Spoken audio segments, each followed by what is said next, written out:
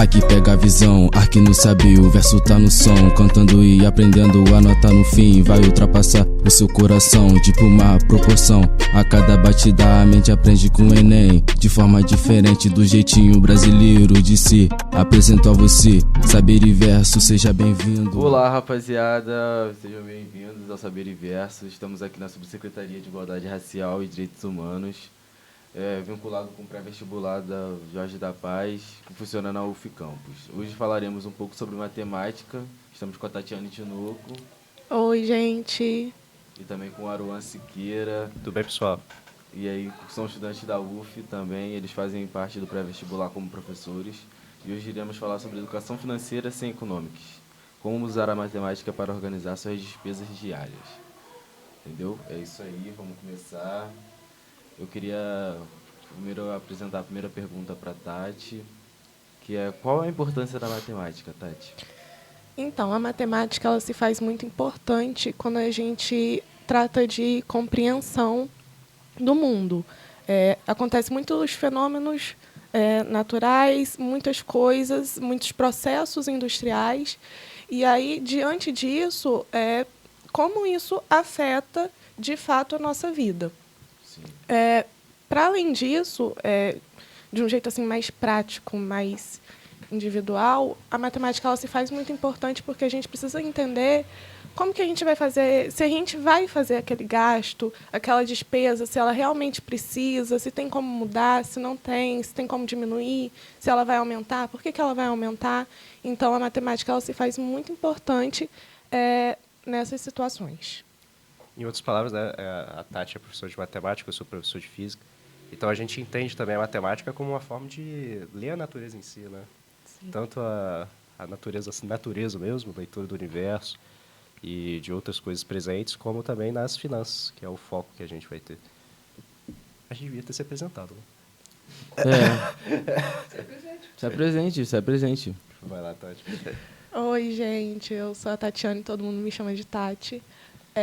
Sou professora de matemática no pré-vestibular, participo também do Centro Acadêmico de Economia, sou vice-presidente do Centro Acadêmico de Economia da UF Campus e também participo do PET Economia aqui também na UF Campus. Ótimo. Oi, pessoal, sou o Aruan.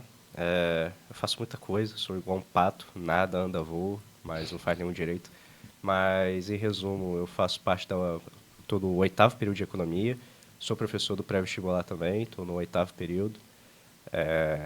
Faço parte da UFinvest, a Liga de Mercado Financeiro da UF, aqui de Campos. Faço parte da Estratégia Júnior, consultoria também.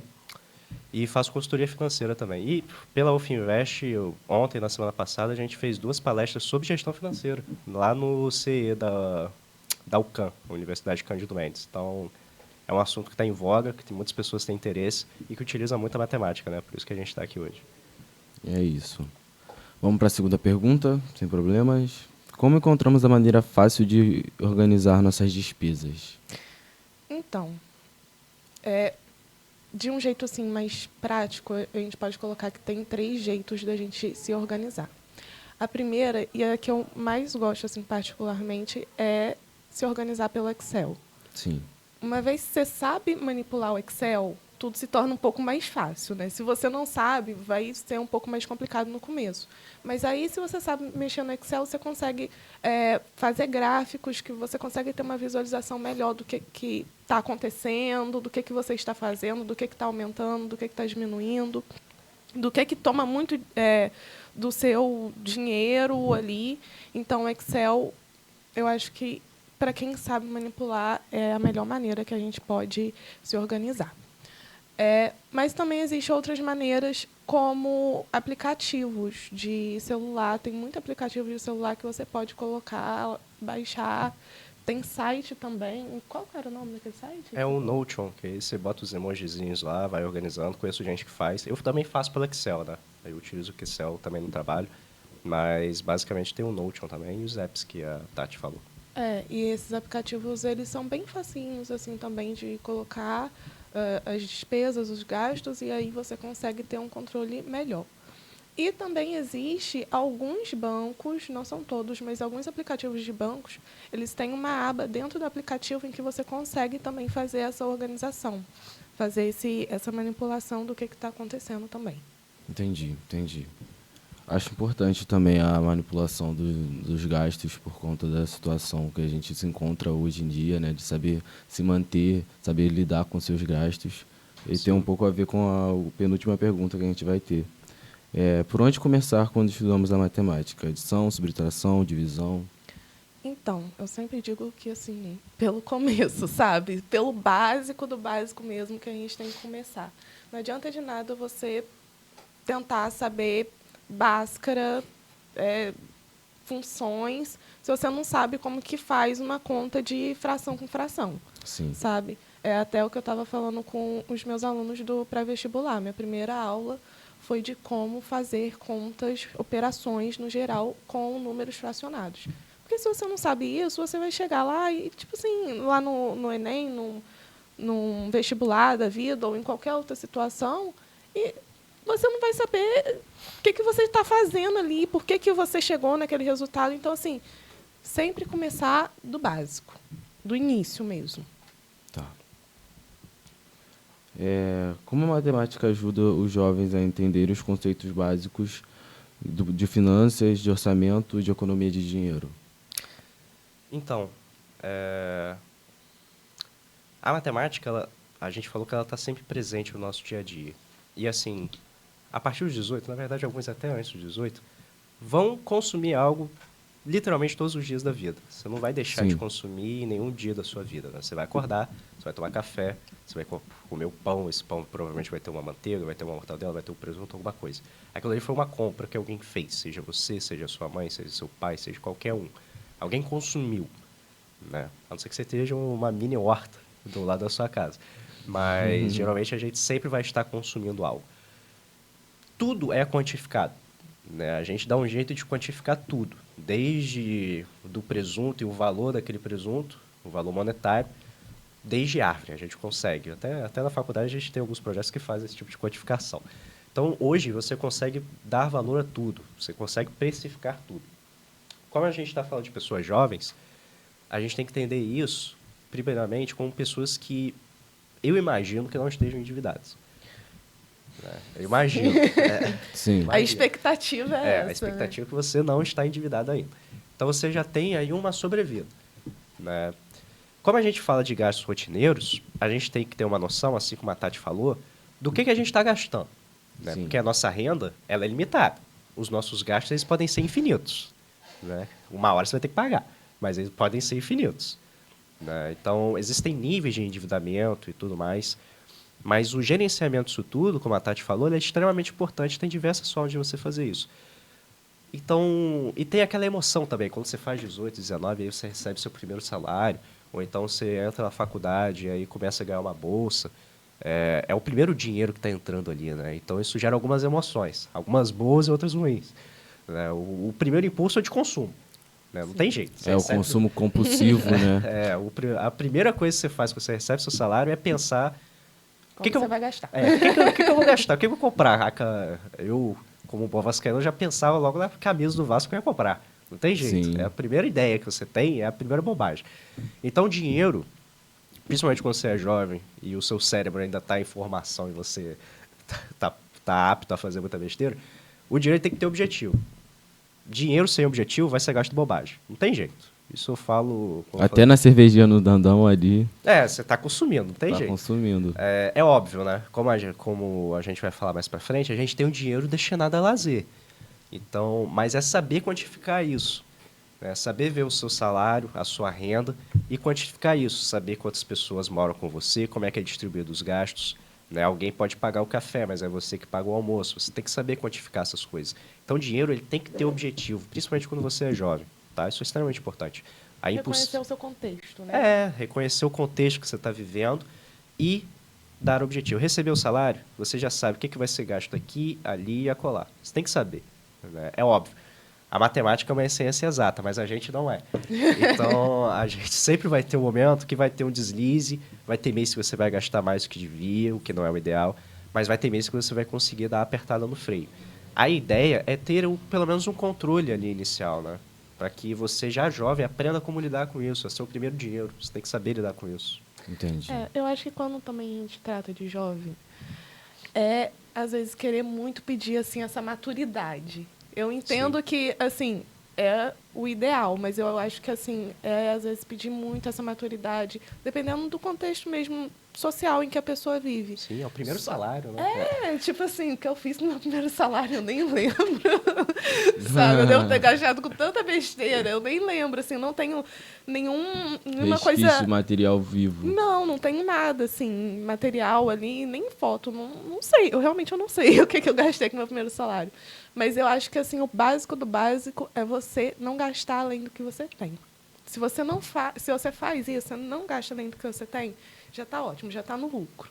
Aí, se você consegue guardar, depois a gente vai, com a maturidade, com a vida mesmo, aprendendo como gerir o dinheiro melhor. Sim. Mas, do básico, é só você não gastar para além do que você tem, que aí eu acho que depois a gente consegue conversar. Entendi.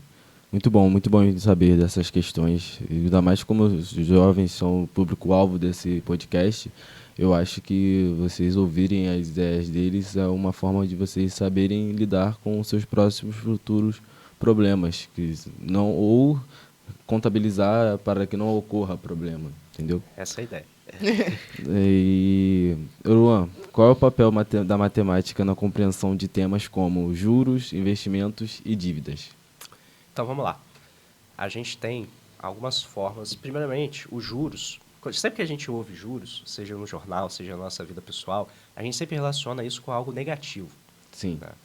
Que a gente pensa no carnê, a gente pensa no cartão de crédito. Tem o lado negativo. Como a Tati falou, quando você gasta mais do que você recebe, você vai ter problemas. Um desses problemas é, você recebeu o seu primeiro salário, o banco foi lá e liberou aquele limite do cartão que você nunca teve. Aí você começa a gastar ali. Né? Se você não pagar o cartão de crédito, você entra no rotativo. Salvo engano é isso, você entra no rotativo e aí você paga 15% de juros sobre aquilo. Né? Então, o gerenciamento, aquele controle que a gente falou mês a mês, ele é importante para você não cair nisso. Mas você também tem os juros de forma positiva, que é com investimentos. A gente tem diversos tipos de investimento. Quando a gente fala de juros, é muito mais sobre renda fixa. Eu não vou entrar em detalhes, porque o assunto aqui seria longo, aí teria que ter um outro episódio para falar disso, senão vai ficar muito extenso. Mas existem diversos tipos de forma de você ter juros a seu favor. Né? E aí você utiliza disso para investimentos. Nesse caso específico dos investimentos, a gente tem, por exemplo, o CDB, que é um empréstimo que você faz para o banco. A gente tem o Tesouro Direto, que é um empréstimo que você faz para o governo. Então, você tem diversas formas de investir seu dinheiro e tirar juros dali. Ou seja, seu dinheiro vai render juros, em vez de você ficar pagando juros do cartão para o banco. No caso, a gente tem várias formas. O split bancário é o que acontece dentro do CDB, né? Você investe, aí o banco vai pegar esse dinheiro, vai emprestar para outra pessoa e vai te devolver uma parte. Basicamente. Em resumo, o resumão é isso. E quando a gente está de dívida, que foi a última parte que você falou, sim, tem dívidas necessárias. Tem dívidas que são necessárias. Por exemplo, transporte. Transporte, a gente está aqui na subsecretaria, então a gente tem que falar de campos. Transporte de campos é uma problemática. Transporte de campos é uma problemática. Qual que é o primeiro objetivo de alguém que quer sair do meio de transporte público? É comprar uma moto ou um carro. Uma bicicleta que seja. Uma bicicleta, dependendo da sua elétrico distância. ou não, agora está sendo não. famosa. Então, isso vai depender da distância que você vive ali da sua casa, do seu trabalho, da sua disposição. Às vezes, andar de bicicleta, as pessoas não vão ter essa disposição. E o valor também, né? Uma bicicleta boa hoje está uns R$800. Sim. Uma bike elétrica está 4.000. Uma moto. 15. Uma moto bem decente é 15 mil, mais decente ainda é 20. Né? E um carro não vai nem falar. Um carro você esquece. Esquece não. O carro, o valor do carro, acho que um golzinho do Mi10. Tá 40 pau. Não, o golzinho da Mi10 também tá isso não. O golzinho da Mi10 deve estar uns 20. Uns 20? Também então é tá caro. bom. Né? Não, tá bom também tá. Mas enfim, vai ser uma dívida ali que você vai ter. Né? Comprar sua casa. Também vai ser uma dívida que você vai ter. Uma casa de 100 mil hoje, aí você vai fazer o financiamento, que você não tem esse dinheiro em caixa, eu acho. Alguns têm, não sou eu. Mas você vai Não é pegar... a realidade da gente. Não é a nossa da gente. realidade. Aqui não é a nossa realidade. Mas para quem não tem 100 mil e precisa comprar uma casa, você vai entrar no financiamento. Vai ter juros. Vai ter juros. A gente pode utilizar meios, e aí, quando você entra numa dívida como essa, aí que sua organização ela tem que ser excepcional, porque você pode amortizar. Até a palavrinha mágica, amortização, que é quando você pega o dinheiro que sobrou do seu mês, você pagou a parcela.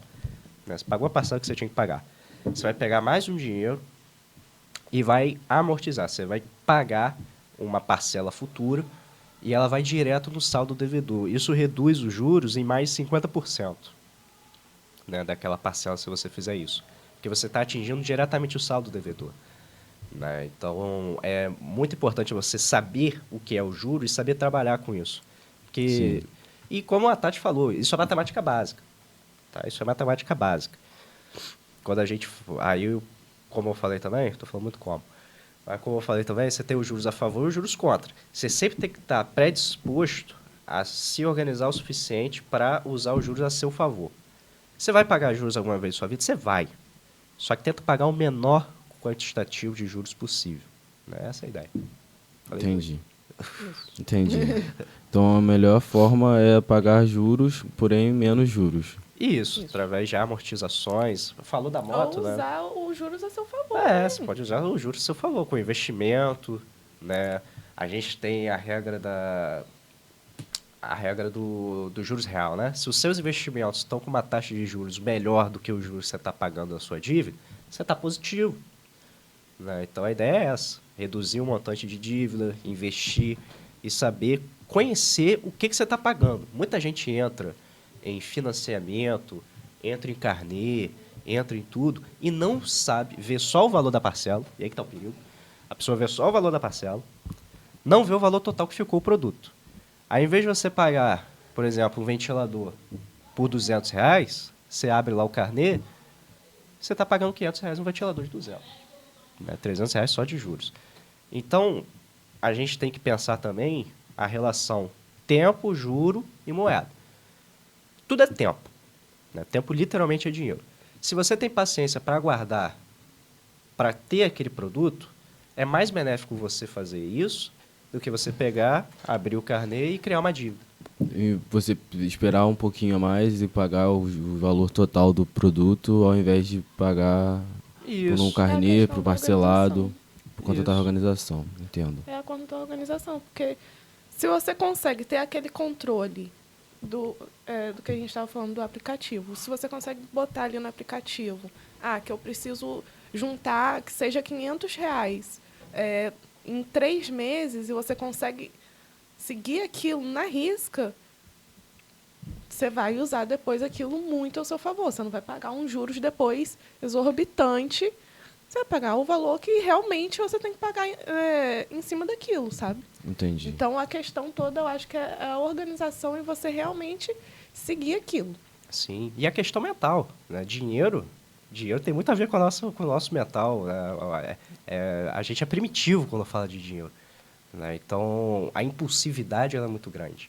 Né? E o mercado financeiro muitas vezes se alimenta disso com a questão de subida, descida. Aquilo ali é uma coisa muito que desperta o sentimento mais primitivo da pessoa. Então, saber controlar isso, saber controlar a sua impulsividade, porque, como eu falei, tem o caso do ventilador, por exemplo. Você abdicar de ter isso agora para ter no futuro próximo é você entender isso através da sua organização e da sua consciência que vai ser mais benéfico. Né? É você não antecipar aquilo que você pode ter no futuro próximo, por pura impulsividade. Entendi. Então, vamos continuar falando sobre impulsividade e saber mais um pouquinho como é a melhor maneira de estudar os preços no mercado. Estudar preço no mercado, no caso você está falando de mercados, redes, supermercados. Redes, supermercados, supermarket, essas coisas assim. Na própria UF tem um projeto de extensão com, acho que quem... É o Rony. O coordenador do projeto é o Rony, que tem lá um aluno bolsista também, e eles saem em diferentes supermercados aqui de Campos fazendo a média de preço, né, quantificando essa média de preço. Se a gente for falar de preço geral, a gente tem medições que o Banco Central faz. A gente tem o famoso IPCA cesta básica, que vai medir a inflação da cesta básica, né? A gente está falando de feijão, a gente está falando de arroz, frango, alimentos ali que estão no prato da maioria dos brasileiros. Então você consegue fazer uma medição geral através disso. De rede de supermercado, você vai ter que andar, você vai ter que comparar. A gente tem o projeto de extensão que faz essa comparação. Eu não sei se tem acesso público, deve ter, né? Tem Instagram, o IPC tem Instagram. Então, tem Instagram, você consegue comparar por ali, né? Mas como a gente está falando aqui de pessoas que provavelmente compram no bairro e tudo, você tem que sair andando, né, para poder verificar. Compras na internet que explodiram também, saber fazer comparações, ver se tem cupom disponível, entrar na Amazon, entrar no Mercado Livre, entrar em todos os sites possíveis para ver o desconto.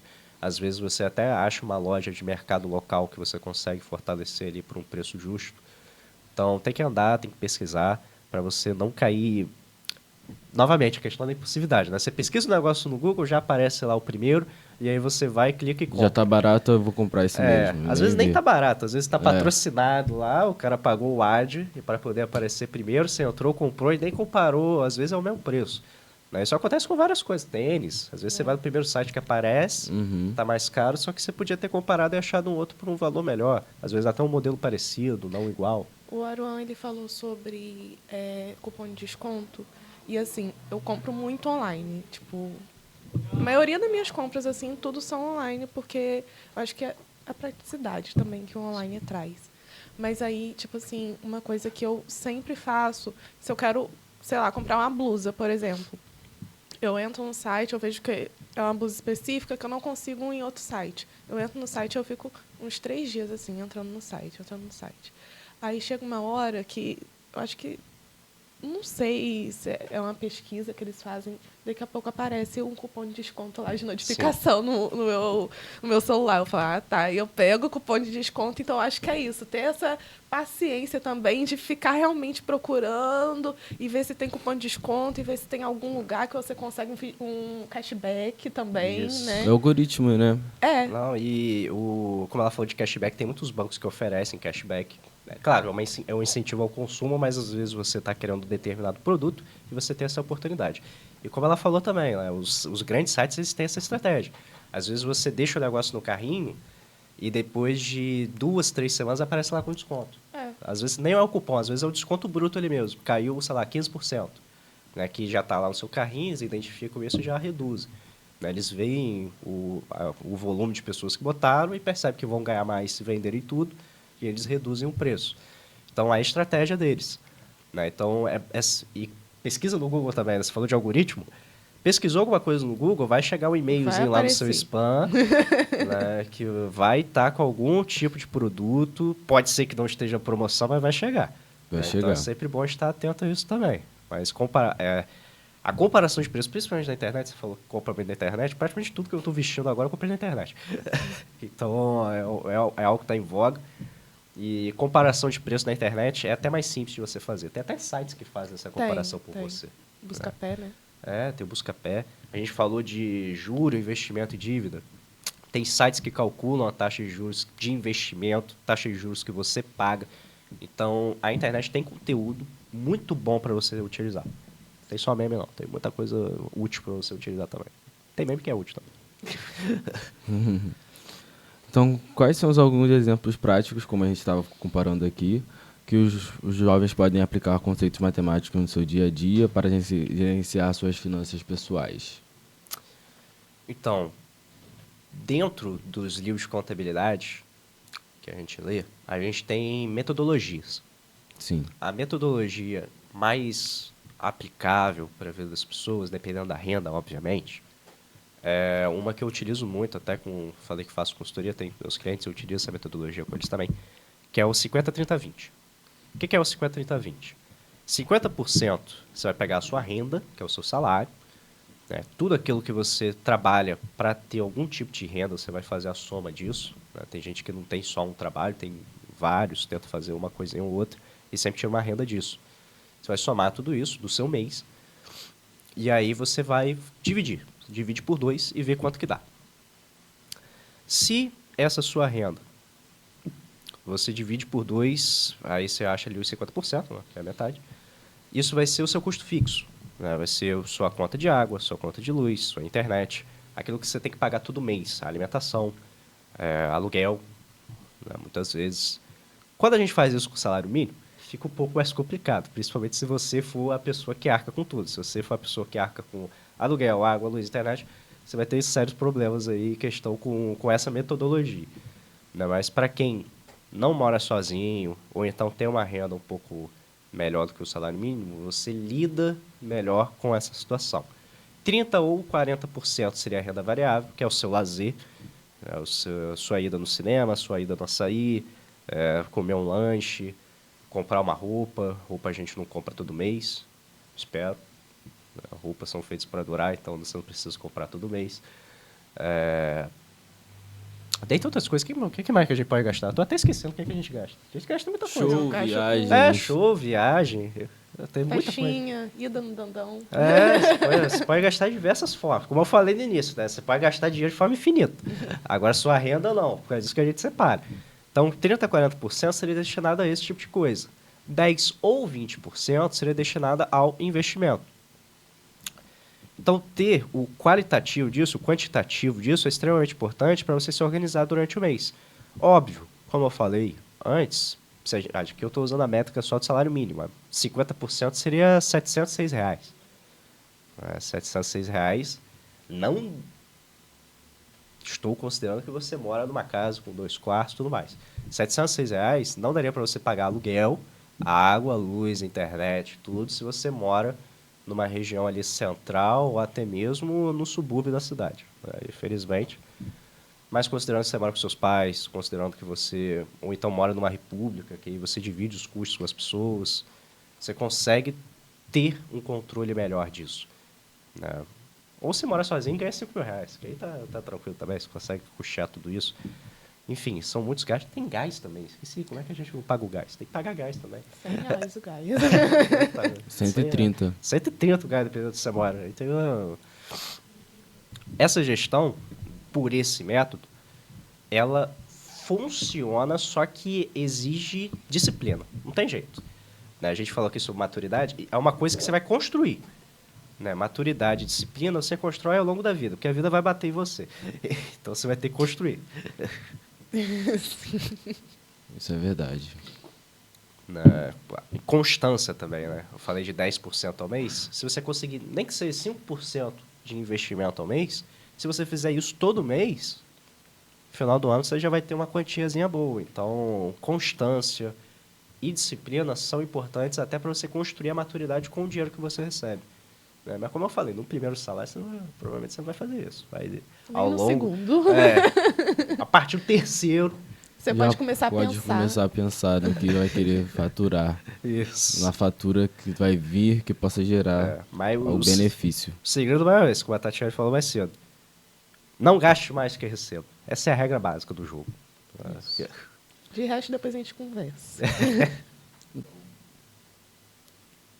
As folhas tantas do livro matemático, o coeficiente apaixonou-se um dia doidamente por uma incógnita.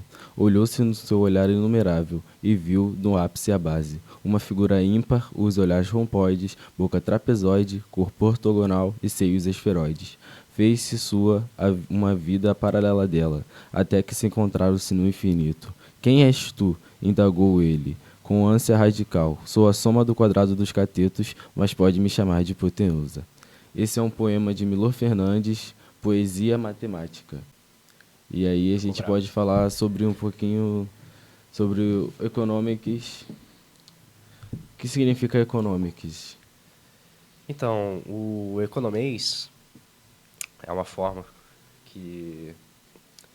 É porque a linguagem, principalmente a linguagem jornalística, ela não traduz isso para o grande público. Termos econômicos como IPCA, Selic, a gente vê muito no Jornal Nacional ou então em notícias a respeito disso, subiu tantos por cento, caiu tantos por cento, mas a gente não sabe do que se trata. Né? A gente tem a taxa Selic, né? Selic é a taxa básica de juros. Ou seja, as taxas de juros brasileiras, de instituições financeiras, no caso, né? Como empréstimos e tudo, vai ter uma base ali, nessa taxa Selic.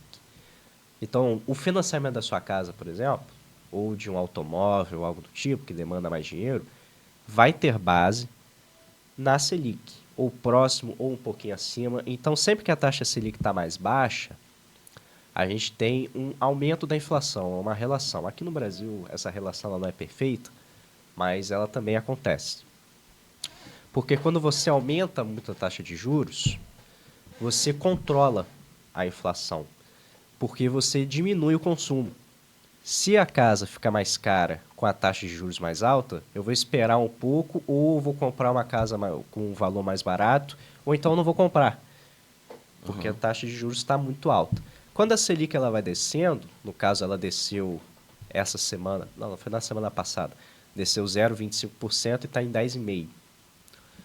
Isso significa que essas reduções vão estimular o mercado, seja o mercado imobiliário, seja o mercado de empréstimos, porque empresários demandam empréstimos para fazer a empresa crescer, pessoas demandam empréstimo para comprar propriedades, comprar bens de capital próprio. Então, tudo isso demanda dinheiro. Essas demandas elas vão correndo mais compras cada vez mais. Isso. Quanto mais baixa tiver a taxa de juros, mais compras você vai ser estimulado a fazer, porque os juros vão ser baixos. Então, isso, o valor do produto final vai ser mais baixo. Né? E eu falei de inflação, a gente tem o IPCA, que vai ser o medidor dessa inflação. Nos últimos 12 meses não, né? Mas a do ano passado foi cerca de 4,63%.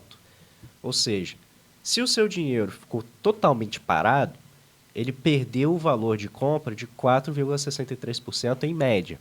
Por que eu falo em média? Porque dentro do IPCA você tem cerca de 500 produtos diferentes. E aí você vai ter a variação de cada uma dessas porcentagens. Né? Aqui a gente está falando de porcentagem. Tá? Tô levando para o outro lado da matemática, não. Então, eles fazem a média. Pô, o preço da passagem aérea subiu, sei lá, 20%. Mas o preço de algum outro produto caiu 20%. Então, a média ali foi 0. Sim. Só que, com todas essas médias, esses 500 produtos, subiu 4,63%. É importante prestar atenção nisso, principalmente em contratos de aluguel. Né? Tem muitos contratos que são baseados em inflação. Você tem lá o valor e ele vai subir ano após ano de acordo com a inflação, que é um método do proprietário não perder o poder de compra dele. Então, se a inflação subiu 4,63%, o seu aluguel vai subir 4,63%. A gente chama isso de indexador. Então, se você vai entrar num contrato de aluguel ou fazer um empréstimo, algo do tipo que demanda, que tem esse indexador inflação, você já consegue calcular, baseado na inflação futura, que a gente tem acesso também, para você conseguir ter um planejamento ainda melhor. Aqui eu já estou falando de um planejamento até elaborado demais, né? Mas só para introduzir mesmo, que é importante. Mas aí você me pergunta, por que o preço do arroz subiu tanto e a inflação, e o IPCA, né, que é esse índice que a gente tem, não subiu tanto assim? Porque, como eu falei, são 500 produtos. Se você quiser analisar uma cesta de produtos em si, você também consegue. Tem o IPCA cesta básica, que aí o Jornal Nacional fala bastante desse, né, de vez ou outra, que aí coloca lá o preço que subiu do arroz, do feijão, do frango, os pratos que estão a comida que está no prato do brasileiro. Então, você consegue ter definições melhores ali do que o 4,63. Porque quando a gente vai no mercado hoje, a gente falou de valor de mercado, a gente vê que os preços estão um pouquinho mais salgados que esses 4,63 do valor geral. Mas é uma tradução aí mínima do que é esse termo. Então, eu já falei de Selic, já falei de IPCA, mas isso que tem CDI, que é a taxa de juros entre as instituições financeiras, né? Um banco empresta para outro, ele empresta com uma base de juros também. Se a taxa de juros Selic hoje é 10,5, a taxa de juros CDI hoje é 10,4. Né? Então, e quem define isso é o Banco Central, lá tem o Copom, eles fazem uma reunião, tal, que eu não vou entrar em detalhes, senão vai ficar muito tempo. Assim, o Aruan, ele falou de alguns conceitos da Selic, né?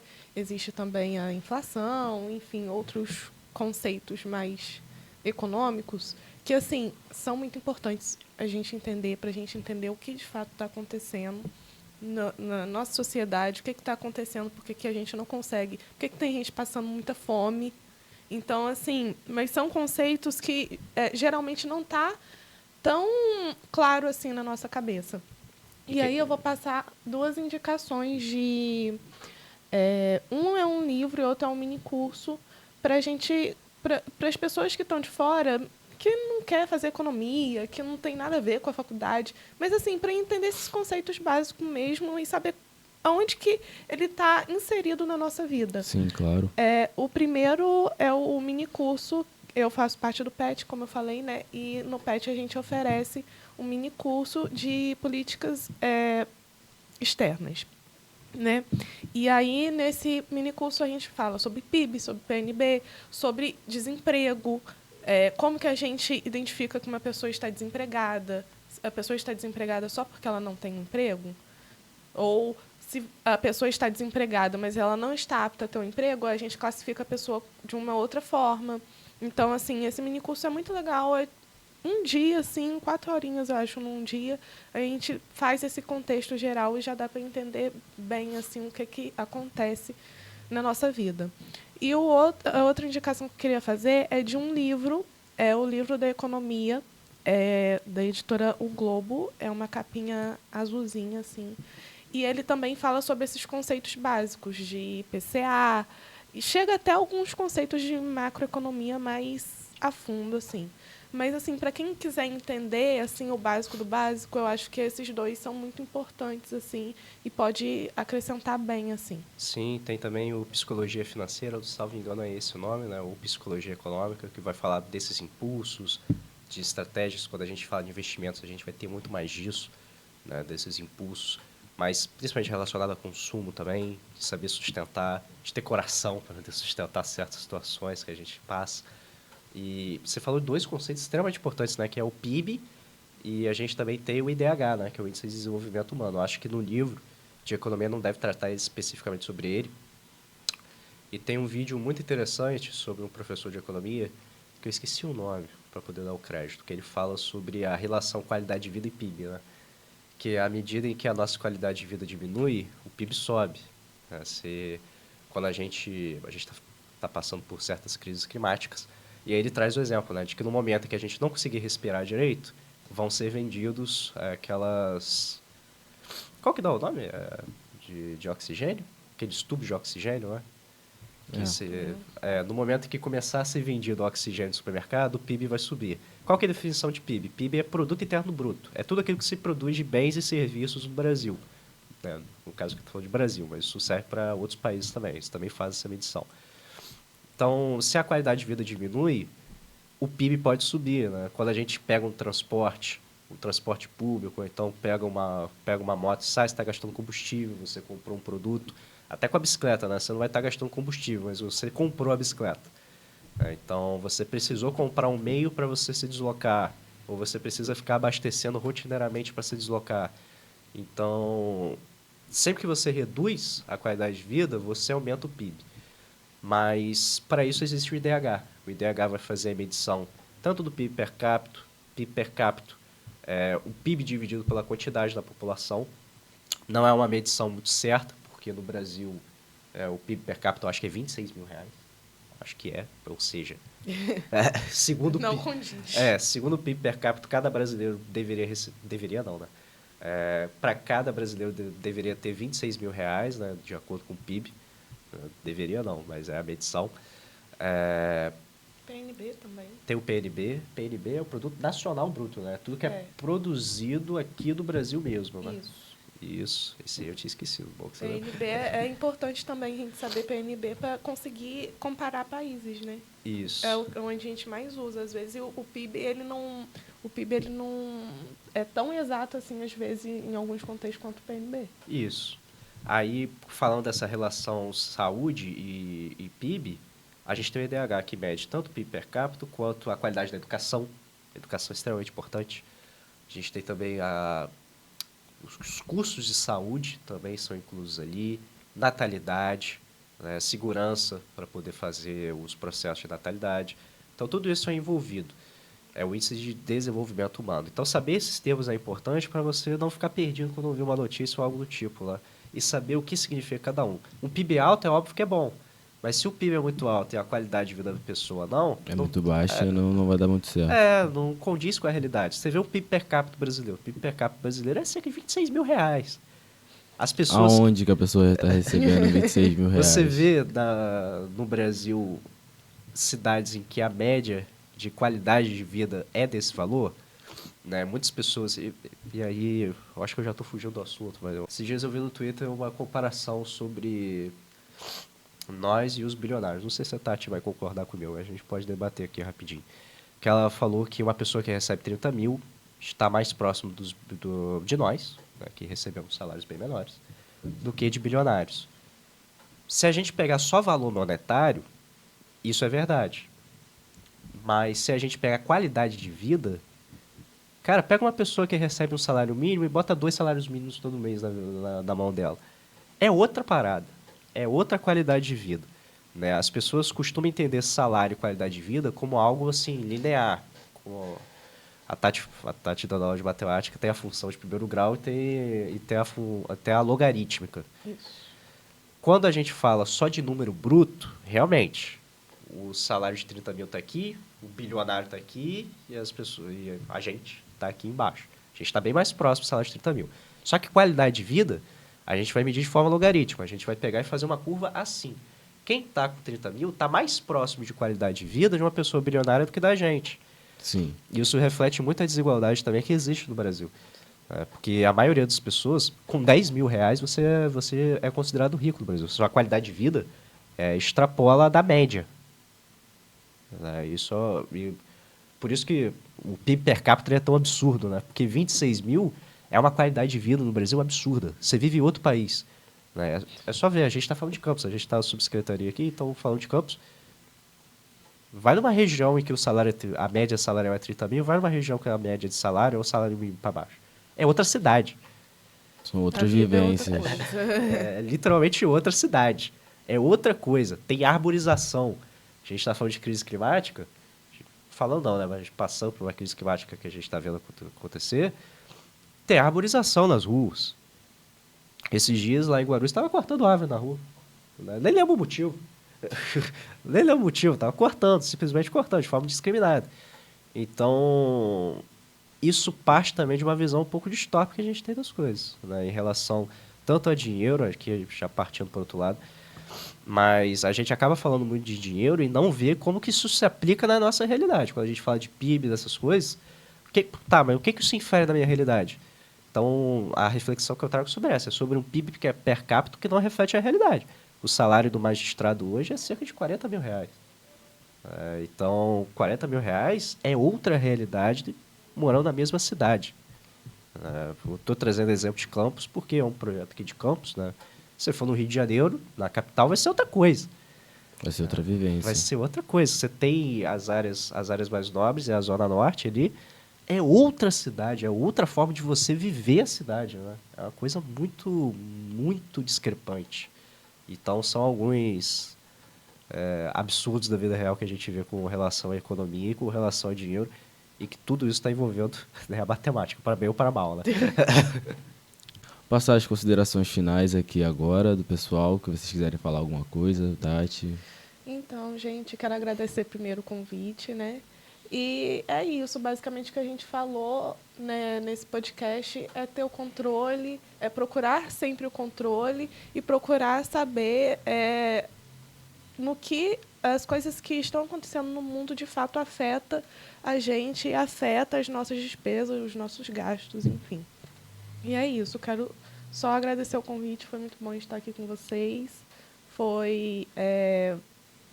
A gente pode trocar essa ideia, né? Sim, que geralmente a gente não consegue, a gente está sempre correndo na faculdade, sempre tem alguma coisa da faculdade, então parar para realmente trocar essa ideia é muito importante e é isso. Sim, foi muito legal mesmo, agradeço o convite. Como ela falou, a gente está sempre numa correria e a gente sempre está falando desses assuntos, né? Só que a gente nunca expõe isso para a comunidade, que é a função da universidade em si. Né? Perdão.